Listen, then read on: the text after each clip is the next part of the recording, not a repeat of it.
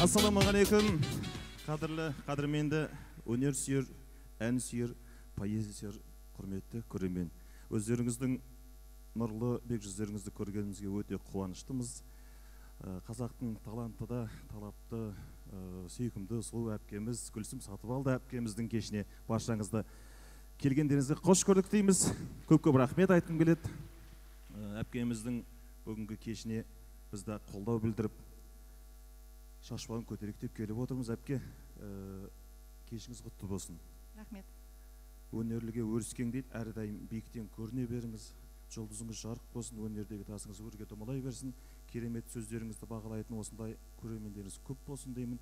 Көптеген халықтың жүрегінен шығатын керемет туындыларыңыз шыға берсін, қаламыңыз ұшталай берсін дегім келеді. Рахмет.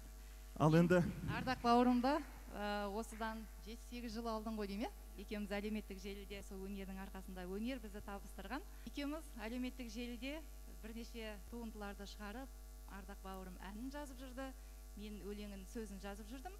Екеуміз бауыр болып жүрдік. Бізбе жүз көріп тұрғанымыз бүгін. Мәссаған, қандай керемет оқиға, 7-8 жыл, өте көп уақыт. 7-8 жыл уақыты өтті.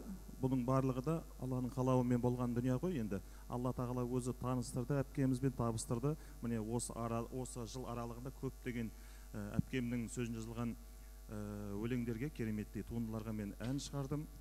Сол әнді бізге тартқан, әпкемізге де сөз жаздыртқан Алла тағала мыңда бір шүкір деп айтамыз. Ал әпке, тағы да бір әнімізді орындайық. Гүлсім Сатыбалды әпкеміздің сөзін жазылған, менің шығарған тағы бір және әнім «Жаным» деген.